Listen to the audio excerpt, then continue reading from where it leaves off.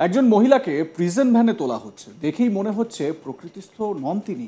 কোনো রকমে ধরে ধরে তাকে প্রিজন ভ্যানে তোলার চেষ্টা করা হচ্ছে। হাত বাড়িয়ে প্রিজন ভ্যানের হ্যান্ডেল ধরার চেষ্টা করছেন ওই মহিলা, কিন্তু পারছেন না কোনোভাবেই। অবশেষে অনেক কষ্ট করে যখন প্রিজন ভ্যানের সিঁড়িতে পা রাখলেন, তখন আর নিয়ন্ত্রণ রাখতে না পেরে সোজা দুম তরাস হুড়মুড়িয়ে রাস্তায় পড়ে গেলেন। এতক্ষণে নিশ্চয়ই ভিডিওটা কি হতে চলেছে সেটা আপনারা বুঝতে পারছেন। আদৌ ওই মহিলা কিন্তু সজ্ঞানে ছিলেন না।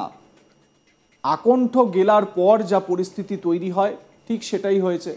যদিও পরে ফের কোনো রকমে ওই মহিলাকে প্রিজন ভ্যানে তোলা হয়। আপনাদের আগে ভিডিওটা দেখাই, দেখুন।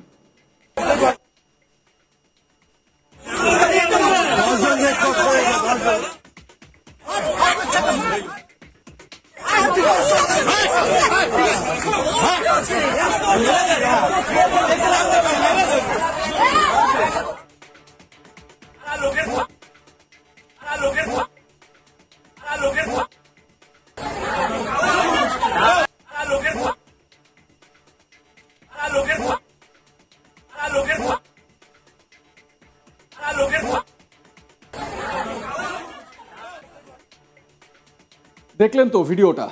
জানা যাচ্ছে এই মহিলার নাম শ্রিয়া বাসু। তিনি একটি এন্টারটেনমেন্ট চ্যানেলের এক্সিকিউটিভ প্রডিউসার হিসেবে কাজ করেন। পুলিশ সূত্রে খবর, এই মহিলা শ্রিয়া বাসু শনিবার 5ই এপ্রিল রাতভর পার্টি করেন একজন বাংলা সিরিয়ালের ডিরেক্টরের সঙ্গে। দক্ষিণ কলকাতার একটি মলে তাদের শোয়ে সাকসেস পার্টি চলছিল। অন্যরা রাত 2টো নাগাদ চলে গেলেও শ্রিয়া বাসু সিদ্ধান্ত দাস নামে ওই পরিচালকের সঙ্গে ভোর রাত পর্যন্ত মদ্যপ অবস্থায় গাড়িতে ঘুরতে থাকেন। এরপর রবিবার 6ই এপ্রিল ভোরে তাদের গাড়িটি ঠাকুরপুকুর বাজারে ঢুকে বেপরোয়াভাবে কয়েকজনকে ধাক্কা মারে। দুর্ঘটনায় ঘটনাস্থলে জানে শেষ হয়ে যান কলকাতা পৌরসভার এক সাফাই কর্মী।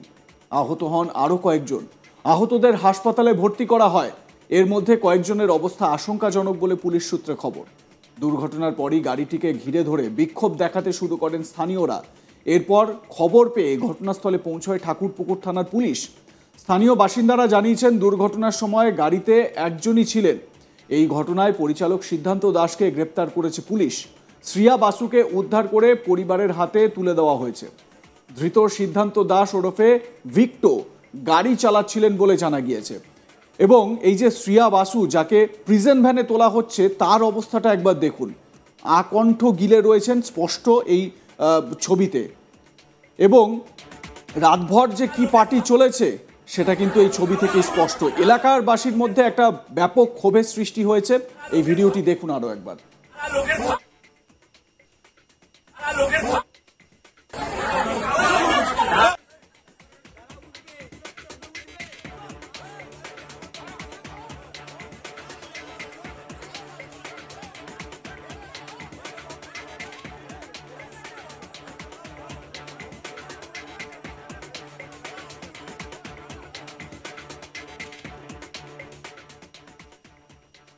এ বিষয়ে আমার সহকর্মী রাজেশ সাহা তার প্রতিবেদনে কি জানাচ্ছেন শোনাবো আপনাদের।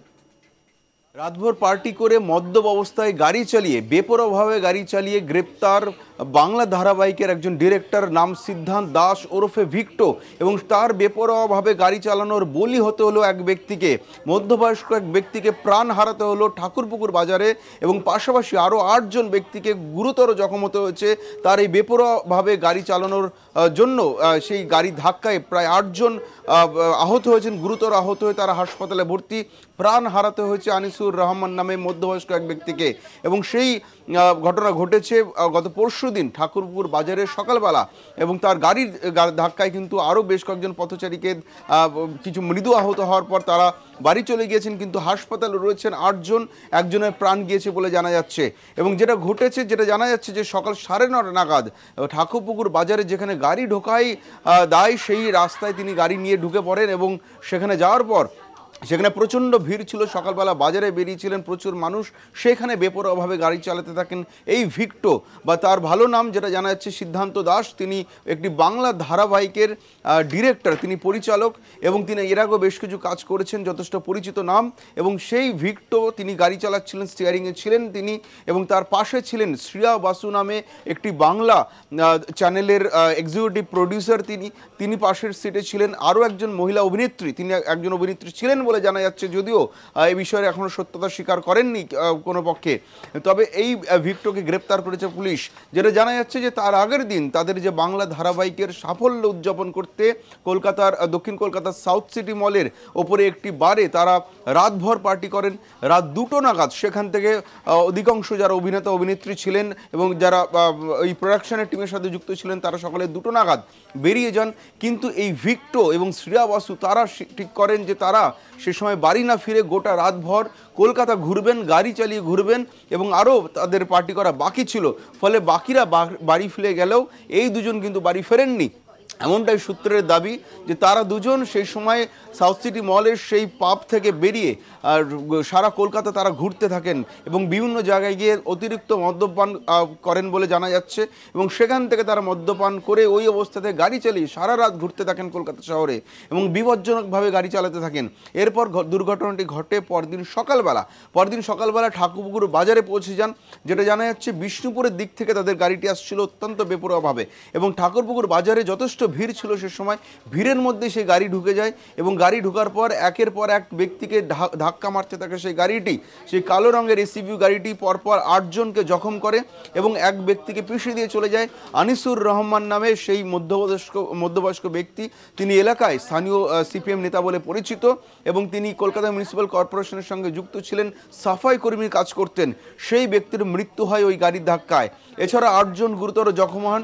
সে 8 জনকে নিকটবর্তী বিভিন্ন হাসপাতালে নিয়ে যাওয়া হয়, তারা চিকিৎসাধীন রয়েছেন। এবং স্থানীয় মানুষজন বাজারে যারা ছিলেন তারা সেই সময় গাড়িটিকে আটকে দেন এবং গাড়ি স্টিয়ারিংয়ে যিনি ছিলেন এই টলিউডের পরিচালক সিদ্ধান্ত দাস ওরফে ভিক্টো, তাকে ভেতর থেকে নামানো হয় এবং বেধড়ক মারধর করা হয়। এবং তার পাশের আসনে ছিলেন শ্রিয়া বাসু, একটি বাংলা চ্যানেলের এক্সিকিউটিভ প্রডিউসার, তাকেও মারধর করা হয়। সেখানে গণদোলাই দেওয়া হয়। যারা বাজারে উপস্থিত ছিলেন এই দুর্ঘটনা এবং বেপরোয়াভাবে গাড়ি চালানোর প্রতিবাদ করে তারা গণদোলাই দেন এই 2 ব্যক্তিকে। এরপর এই ঘটনাস্থলে পৌঁছায় ঠাকুরপুকুর থানার পুলিশ। শ্রিয়া বাসু এবং এই ভিক্টো বা সিদ্ধান্ত দাস দুজনকে তারা সেখান থেকে উদ্ধার করে। স্টিয়ারিংয়ে যেহেতু ছিলেন সিদ্ধান্ত দাস ওরফে ভিক্টো, তাকে গ্রেপ্তার করা হয়। পাশাপাশি শ্রিয়া বাসুকে সেখান থেকে ওই উত্তেজিত জনতা, মারমুখী জনতার হাত থেকে সেখান থেকে উদ্ধার করে নিয়ে যায় পুলিশ থানায়। এরপরে তিনি যেহেতু নেশাগ্রস্ত ছিলেন, তার নেশা কাটার পর তার পরিবারের লোকজনকে ফোন করা হয়। তার বাবা মা আসেন ঠাকুরপুকুর থানায় এবং তার বাবা মার হাতে তুলে দেওয়া হয় এই এক্সিকিউটিভ প্রডিউসার শ্রিয়া বাসুকে, এবং তারপরে ভিক্টোকে গ্রেপ্তার করে পরদিন কোর্টে প্রডিউস করলে 3 দিনের পুলিশ হেফাজতের নির্দেশ দিয়েছে আলিপুর আদালত। আপনাদের মতামত জানান। দেখতে থাকুন আজ তাক বাংলা। সাবস্ক্রাইব করুন আমাদের ইউটিউব চ্যানেলটি, বেল আইকন প্রেস করুন নোটিফিকেশন পেতে।